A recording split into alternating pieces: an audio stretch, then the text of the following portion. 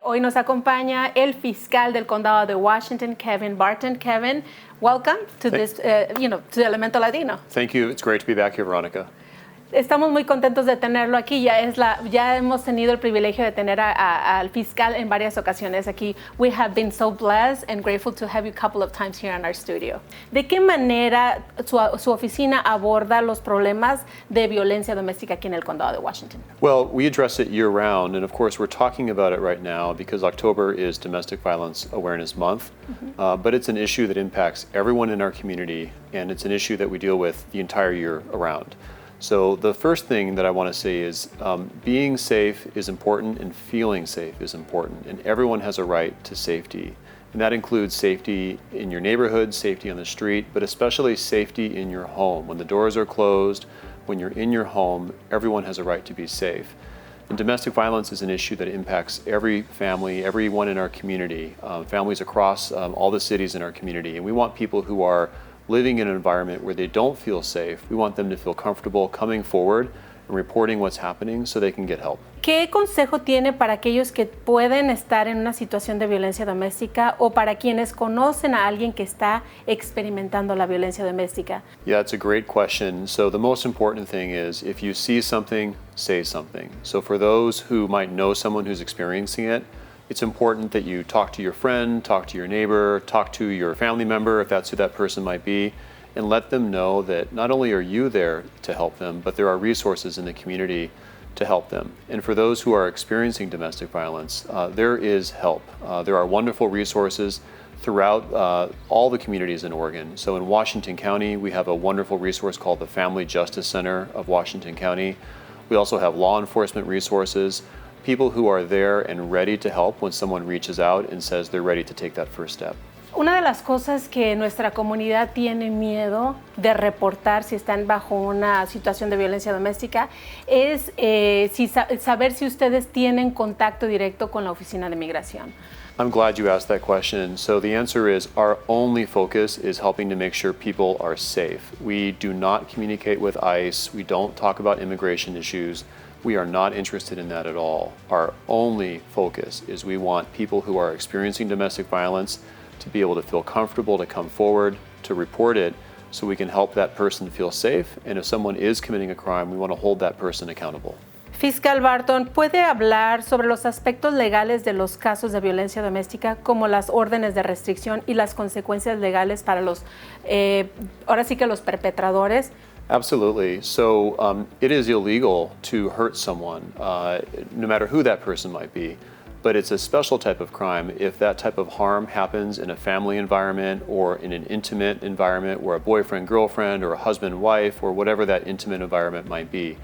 That's what we call domestic violence. And often when we deal with domestic violence, we're dealing not only with the physical pain, but we're also dealing with things like power and control.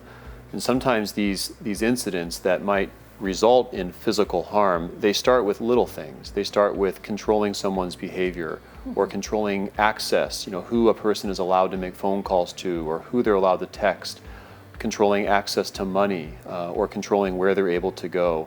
And those little things sometimes add up to become bigger and bigger and bigger things. And that's when we start to see things like people who are hurting people physically, who are restraining people and not letting them leave when they want to leave. And at the end of the day, people have a right to be able to live their lives how they see fit. And that means a right to live without being under the influence of someone's power and control, and a right not to be harmed, and a right to be safe. So in Oregon, we have very strong laws that protect people's rights, protect the rights that we all have to feel safe and to be safe in our homes and in our communities.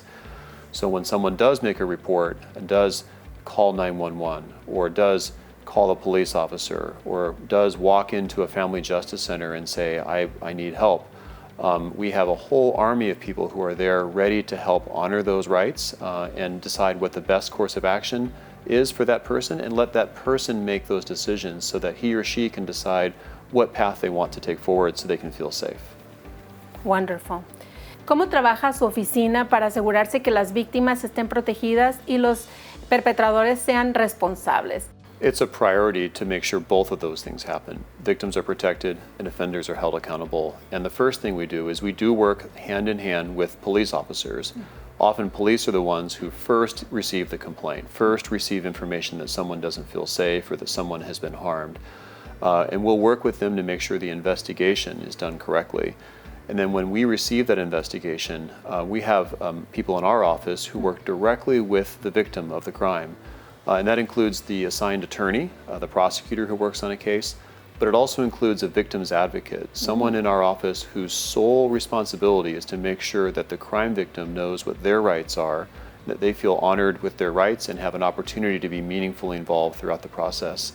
At the end of the day, we count a success based on whether we can change the path of that person's life. We can make that person feel safe moving forward, safer than they felt before they reached out and contacted the police or our office.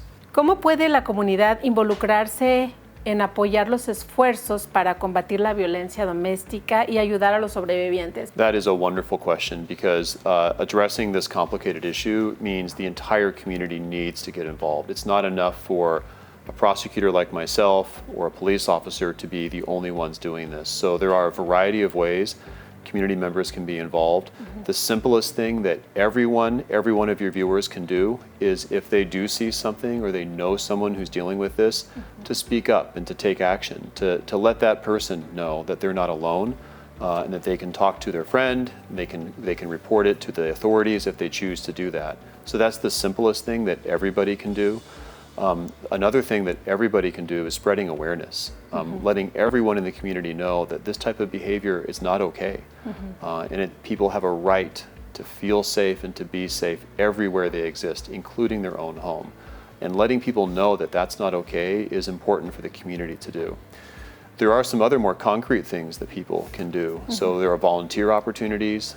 My office has volunteer opportunities where we're looking for bilingual people, Spanish-speaking individuals who can come forward and help our victim advocates to let community members who are coming forward and reporting these crimes, to let them know that the community is there supporting them and ready to help them. Police agencies also have volunteer opportunities as well, so if people feel compelled to volunteer, there's wonderful opportunities there. And then finally, this right now, in October, this is Domestic Violence Awareness Month. And so there are ways that people can get involved in their community. There are opportunities to gather, candlelight vigils. I did a fun run a couple weeks ago where we were out there running in the community, just raising awareness and letting people know that there is a lot of support out there for anyone dealing with this. And domestic violence is real.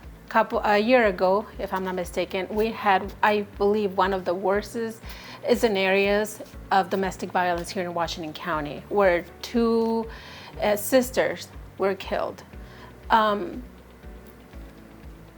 Sometimes people don't feel comfortable calling the cops because many things, but mainly because they're like thinking, oh, I'm interfering in this relationship.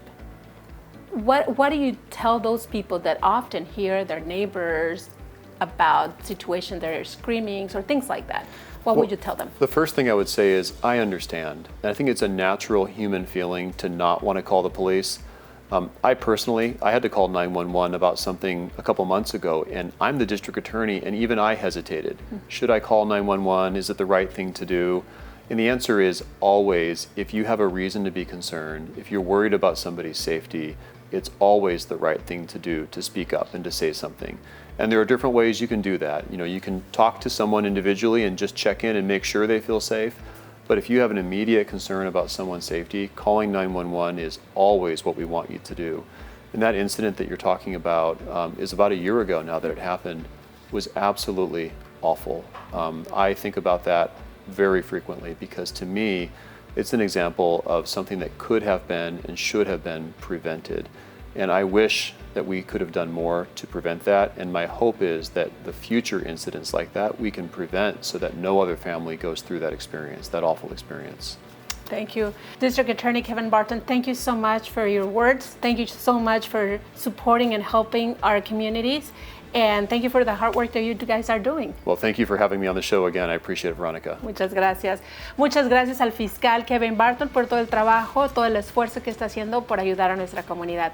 No le cambie, vamos a una pequeña pausa y regresamos con Family Justice Center. No le cambie.